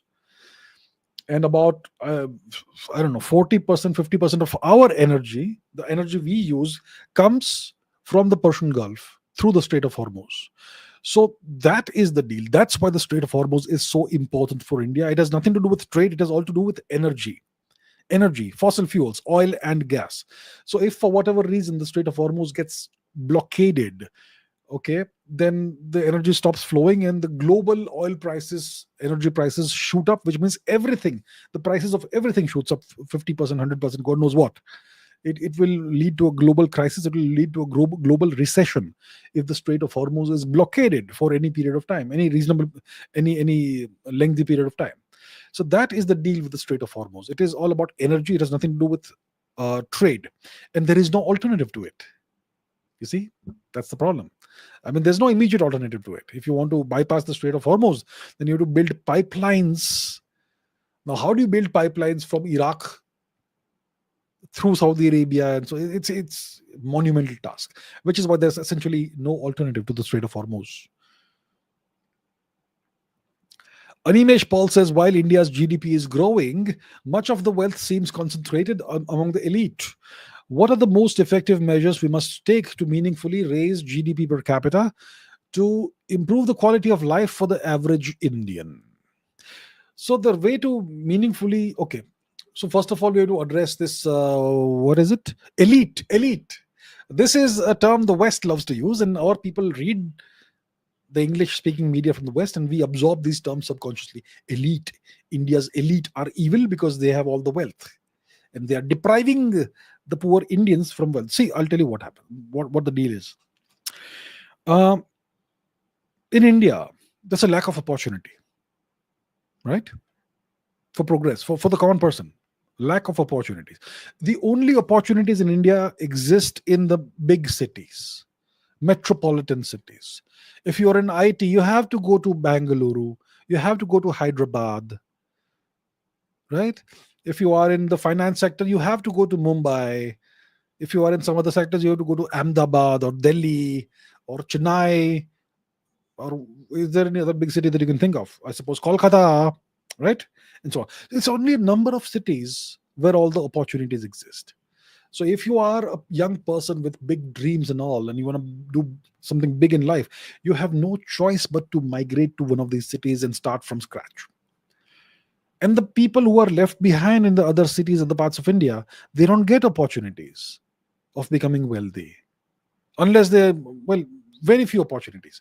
So the people who live in the big cities, even all of those people, let's say you have 20 million people in city X, I assure you those 20 million are not super rich. It's only the 1% of the 1% who really know how to make money and who will become rich. But imagine that we have the same opportunities that you have in the big cities all across India. Well, then you will have so many more people who become rich in India, because there are lots of intelligent, capable people who, for whatever reason, are not able to come to a big city. So the problem is that the opportunities are not being created by the states, by many of the states. I will not name any state, but so many states don't create the opportunities. Why aren't there 10 tier 1 cities in each state of India? I don't understand why, right? And that's a problem that's always been around. I remember during the 2014 general election campaign, Prime Minister Modi had said, uh, he was then the candidate for being the prime minister. He was still the chief minister of Gujarat at the time. He had said, why don't we make 100 new cities across India where you have all the opportunities that you get in a big city? And the cities will be built from scratch, well designed, with all the amenities, all the facilities that you have in any world class city. Create 100 cities like this all across India, and then see how India's economy takes off. It was a fantastic idea. But once he becomes prime minister, he realizes that this is, it's easier to say this than do it. There's a whole governance machinery that will come and stand in your way. And states will not be willing, in some cases, maybe many cases, to do such things. Then what do? So then that became the smart cities thing. Then you will take 100 existing cities and turn them into smart cities. And then I don't know what happened to it. That's how dreams die in India, because the system doesn't want things to change. The system wants things to stay the same. It will take a monumental superhuman leader to change things in India. So what needs to be done?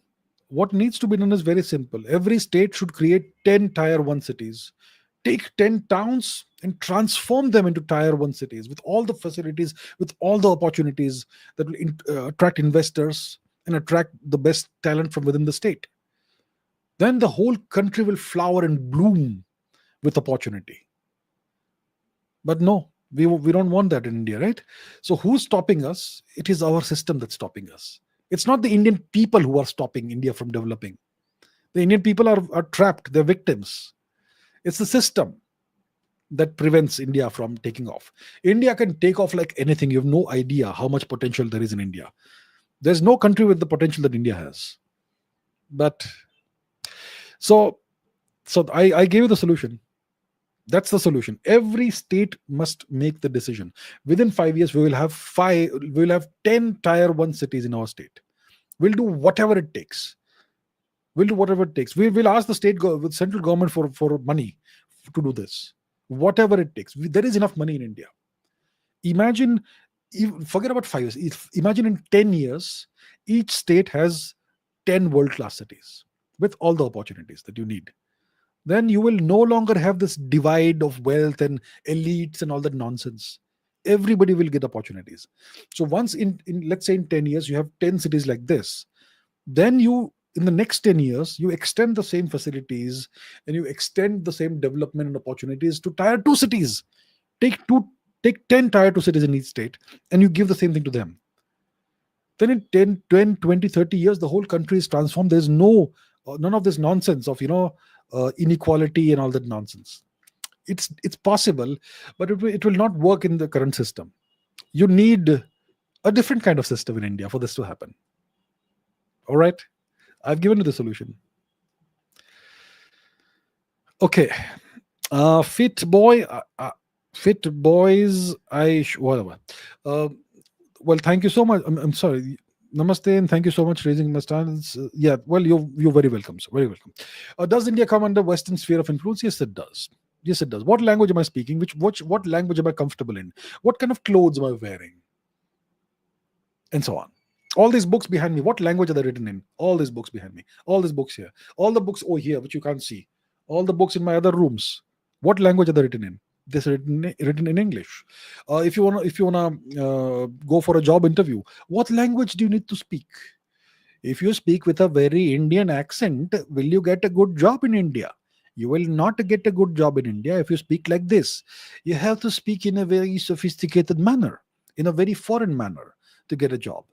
And if you can just speak English with a certain accent, half 70% of your job is done of getting a job offer, and so on.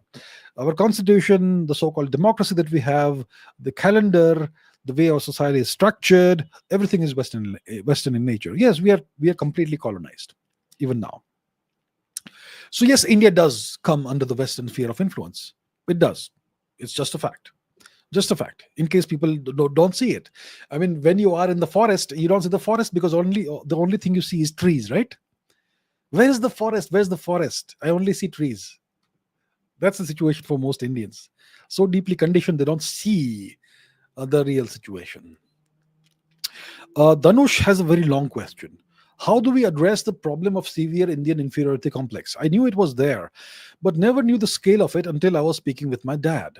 He was strongly claiming that India lost the recent conflict with Pakistan because the Western media said that India did not win. Because the Western media did not say that India won. And no amount of evidence and convincing could change him. It was so frustrating to see him defend his point of view. It's a clear case, and this is very concerning because when the nation does good, foreign influence can reduce our morale, and this should be addressed. I think younger generations are doing a little better, but we need to do something to change the older generations. I,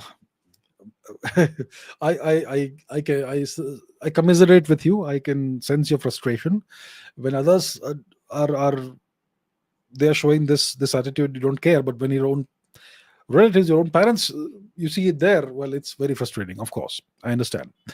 The question is, what do we need to do? What's the question? How do we address this problem of severe inferiority complex? See, I'll tell you a very straightforward. I'll be very blunt with you. There's nothing you can do that will change the mindset of the older people. Once once they reach a certain age, they can't change. I think that age is around 40 years. Once you reach around 40 years, the average person is incapable of changing. Whatever they've learned and absorbed in the first 40 years of their life, that is going to determine their attitude and approach towards everything going forward. And nothing you do, no matter how much you convince, no matter how much evidence and everything you put in front of them, won't make a difference to them. They have already decided what they've decided, and that's it. So what I would say very bluntly to you is, don't waste your time trying to change somebody's mind, even if it's your dad. It is what it is. So then the question is, how do we address this problem of the severe Indian inferiority complex? Regular viewers of my channel will know what I'll say. We have to change the education system. The education system, what does it tell us? West is best. Foreign languages are better than Indian languages. See, you don't even have to say West is best. When you say that English is a superior language to your mother tongue, because you cannot speak your mother tongue in school, you can only speak English, and the better you speak English, the better you are. That itself indirectly creates a sense of inferiority in your mind, because then you start associating everything that's associated with English as superior. So when somebody from the BBC with their British accent says that India was unable to win, you're going to believe that person, despite whatever other data may be in front of you, because this inferiority complex has been drilled into you since the time you were 3 years old, right? So the education system has to be changed. The language of instruction has to be changed. It has to be the mother tongue, and the civilizational language should be Hindi. English should be made not compulsory. If someone wants to learn English, it's their personal problem or personal choice, but English should not be taught in schools. Go to Thailand, go to Japan, do the teach English. They don't teach English. Go to China. Do they teach English in school? Go to Germany. Go to France. Do they teach English? No. Quantum mechanics, the theory without which this communication would not happen. What language was quantum mechanics developed in? It was developed in German and French, not in English, and so on. So I can give you so many examples. My point is, you have to change all of these things. The only way we will address the problem of the severe Indian inferiority complex is by drastically, totally overhauling and reforming the education system. Someday, hopefully, it happens. It's not happening anytime soon. Okay, I have come to the end of the questions that I selected. I selected 20 questions. Those are done. Let's see if we have some. Maybe I can take some questions from the live chat for a bit. Best books to study geopolitics, please inform. There are no books for geopolitics. You can't study geopolitics from books. I read 3 books from geopolitics, each 500 pages long, and that's it. Now I know what geopolitics is. It doesn't work like that. There are no textbooks on geopolitics. Go to your favorite online retailer, Amazon, Flipkart, whatever it is, and go to the book section, search for geopolitics. You won't find a textbook on geopolitics. You won't find that, right? There isn't any. Maybe I have to write one. So there are no books for studying geopolitics. How do I understand geopolitics? Because I've spent my entire life studying history. My primary focus was science, obviously, physics, mathematics. But in my free time, I would read more because I'm a goddamn nerd, right? So I would read more. When I would get like 2 hours a day for maybe doing some sports. I loved sports, of course. But apart from that, I would read. So I read a lot of world history. And that's how I because the patterns and regularities that you observe in world history, they are being played out today in the form of geopolitics. Today's history, what is history today for us used to be geopolitics back in the day. Okay, let's take maybe a few more questions. Let's see, what questions do we have? Anonymous scientist says, why did Richard Nixon hate India and Indians? Why was JFK pro-India? Let's take Nixon first. The Pakistanis helped him a lot. Nixon was very interested in China, in having a rapprochement, a détente with China, and Pakistan served as the mediator for that. So Pakistan was very useful for the US, and India was very intransigent.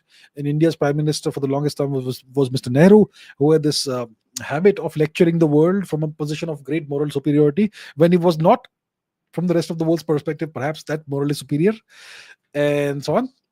So it's a very annoying attitude to have, an approach to have for the rest of the world. So maybe that's one of the reasons why Nixon and his best pal Kissinger did not have any great affection or love or regard for India. That's one of the reasons. JFK was pro-India. JFK was it was in the beginning of the Cold War, a time when India had not really made its stand very clearly, and maybe at the time the US felt and JFK felt that there's still a chance that maybe we can have India on our side.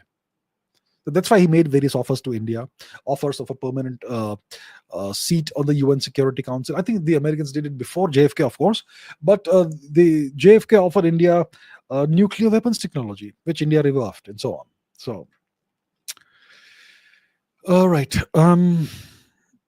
Let's take some more questions. Sri Ramachandra Namaha says, what are the benefits of experimenting in microgravity? So let's say you want to send human beings to Mars. It takes about 8, 9, 10 months to reach Mars, which is a long period of time. And let's say you have to, for example, in the future someday send a mission of astronauts to the asteroid belt, maybe to extract minerals from the asteroids. What do they call it? Asteroid exploitation, farming, whatever it is. Resource extraction. So you have to keep the human body under in essentially zero gravity for months or years at a time. So we have to understand what the effects of that are on the human body and on various substances. For example, you want to carry food materials, maybe plants or whatever, into space and keep that in microgravity for years at a time. What's going to be the effect of that? So what we are doing is we're planning for the long term. In the future, we want to have long space missions. Maybe we'll send a mission to, let's say, Europa. Let's say we may send a mission to Jupiter, for example. Do a few orbits of Jupiter and come back. Whatever you can imagine. So that these missions take years, and you're going to be in microgravity for the longest time. So what's the effect of that in the human body? What's the effect of that on your materials? What's the effect of that on your foodstuffs? Um, and so on. So that's why you want to experiment under controlled conditions, uh, so that you know what will happen when conditions are not that much under your control. So that's why you place astronauts, you put astronauts in orbit, maybe in the International Space Station or whatever, keep them for 6 months, keep them for 1 year. The Russians, the Soviets had the longest records, which probably still stand, of humans in orbit. So then you get to see what are the effects of that on people.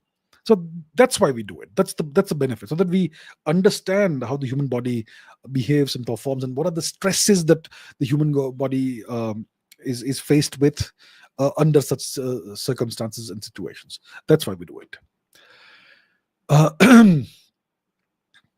um,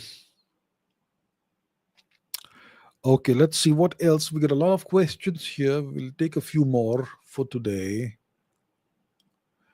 Nutan Roshan says recent Mathura Bharathpuri ASI site shows civilizational continuity for 3500 to 1000 BC with some yagna kundas.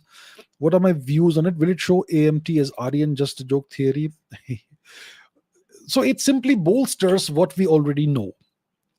It corroborates what we already know.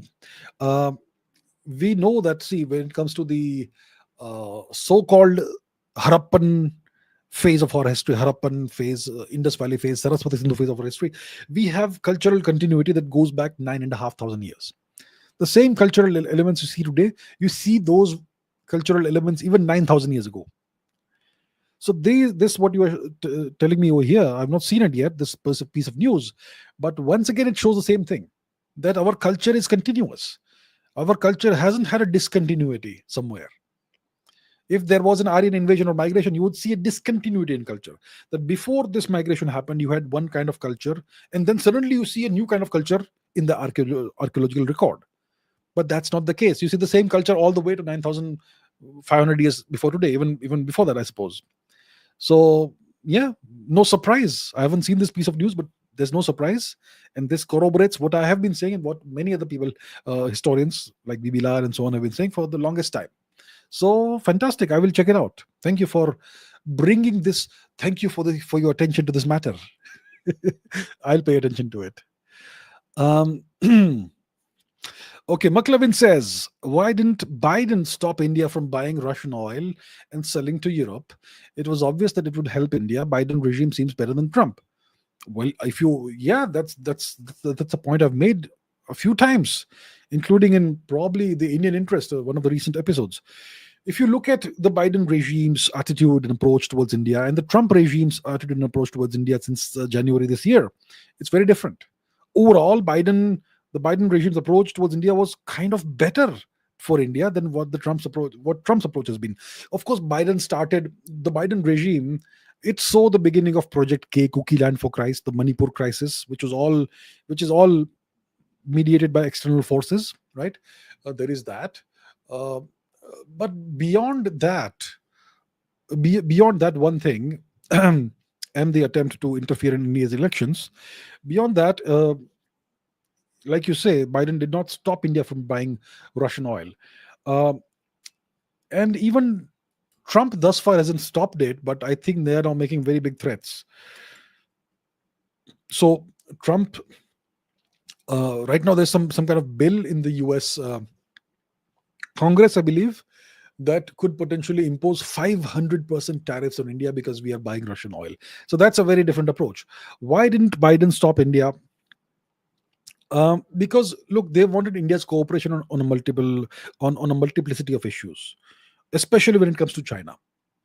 And they knew that if India buys oil from Russia, it's not going to be a national security threat for the US. So they tolerated it as long as India cooperated on other things. That's the kind of trade-off there was. So they wanted India's cooperation when it comes to China, when it comes to the Indo-Pacific region, when it comes to the Quad, and various other things. As long as we were willing to give them that, they were suppose willing to look the other way when we were buying Russian oil and not participating in US sanctions. But Trump seems to have a maximalist approach, which I think is not going to go very well for us, go very well with us. It's going to create more rifts between India and the US. Um, okay, let's. Yeah, I'm not aware of Killer D, so I won't answer that question because.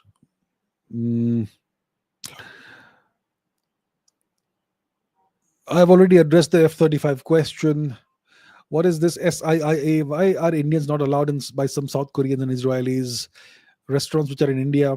Is the government aware of that? The owners are Korean and Israeli, and these restaurants are in India, but Indians are not allowed there. Well, that's unacceptable. I am not aware of this. If it is the case, then this should be looked into very seriously, and strict action should be taken. If this is indeed true. So South Korean restaurant owners who have restaurants in India are not allowing Indians inside, really. And Israeli restaurant owners whose restaurants are in India are not allowing Indians in those Israeli restaurants in India. Well, that's unacceptable if that is true. So I don't know why it is so, but unacceptable if it is true. Okay.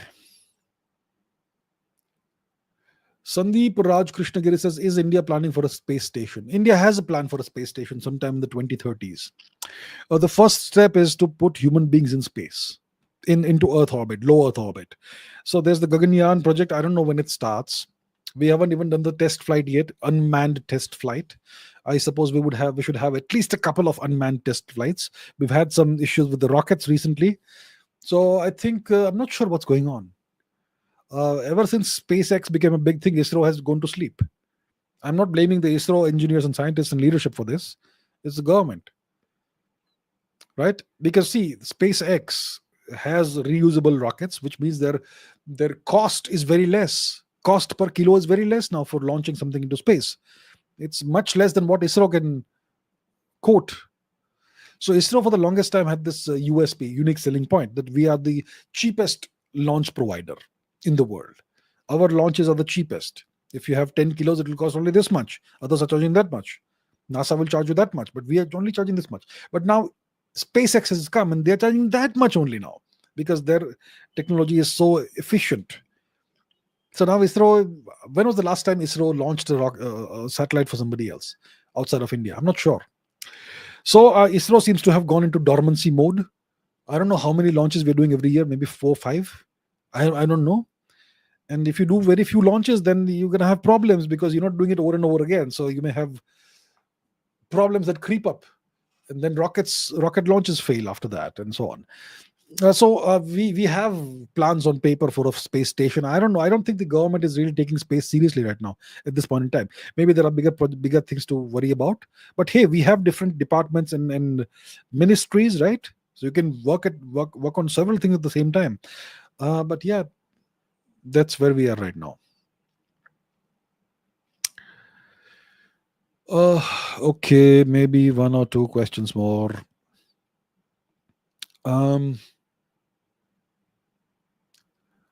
Let us see. What do we have? Anonymous scientist says, is nuclear fission energy better than solar energy? How far are we from harnessing fusion energy? Fusion, we are very far away. I'm not sure.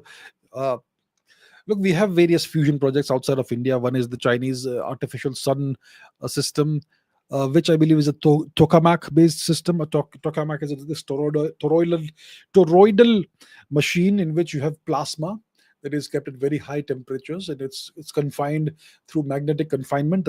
That's called a tokamak. It's a Russian word. The tokamak was invented by the Soviets in the 20th century. The Chinese have taken that and that concept, and they are working on that for fusion. I'm not sure if they have achieved sufficient fusion yet or not, but yeah, there's work in progress. There are other such experiments also going on, but fusion is still in the future. Maybe 10 years in the future, so possibly. Fission is right here. I'm not sure if it's better than solar energy. Solar energy is free. So we can put up solar farms in deserts, and it can give you essentially unlimitless amounts of energy. but that is constrained by weather. And in deserts you have dust and sand that can cover the solar panels, so that has to be addressed. Sometimes the soil is shifty, so that's another problem, because you want the panels to be at a certain angle and maybe shift their angle throughout the day depending on the position of the sun, and so on and so forth. So there are those constraints with solar energy. And fission energy is like, well, super clean as long as you do it properly, and as long as you have fissile material, it's limitless amounts of energy that you can generate. If you have sufficient nuclear reactors, it's essentially just steam engines at the end of the day. The nuclear reactor gives you the heat, which then powers the steam engine. That's essentially what nuclear fission energy is when it comes to electricity generation. So these are all good alternatives. Fission energy is very clean, and it's very reliable. Solar and wind and thermal and hydro and all, they depend on external factors. So the thing that you can rely on the best, I suppose, is fission energy, nuclear energy. But you would need large numbers of reactors for that. And why can't you have it? Fusion, there's still some time to go for that. Maybe a decade, perhaps. Okay, let's take one last question. This is the last question for the day. Spade has asked this question. What's your take on Elon creating America Party? Will the deep state allow it? Has he created that? He's been talking about that. He's been very upset with this big, beautiful bill of Mr. Trump. He's been criticizing it for the longest time, and that's one of the reasons why he had this has this. That's why he's had this fallout, this breakup, this divorce with Mr. Trump. And he's been saying that, if this bill is passed, he will create this party, America Party or something. Has he created it? I'm not sure. I've not looked into it. I don't look at news from an hour-to-hour perspective, so I don't know. If he creates it, maybe, well, it may be dangerous for him to do that. If it becomes a real viable alternative to the existing establishment, then it will be dangerous for it. So for him, yeah. So we'll see about that. All right, with this brings us to the end of today's session. So thank you so much for all the questions. It was fun. I think taking questions from comments, I think it's the best way forward. It ensures that there is quality in the Ask Abhijit show. When I simply take questions from the live chat, there is no guarantee of the quality. When I take questions even from the super chat, there's no guarantee of the quality. So I think going forward, most of the times I will take questions from the comments in future episodes. Tomorrow I'm going to do a session in which the live chats, in which the super chats will be turned on. So let's see how it goes. One more time I'll try it. And then for next week, we'll take a call. Next week, some things will change and you'll see how it goes. So thank you so much, everybody, for your questions. And I will see you in tomorrow's live stream. Hopefully you all attend it. I look forward to seeing you there. Thank you very much. Take care. Keep asking questions, keep learning, keep raising your standards, and I'll see you tomorrow. Bye-bye.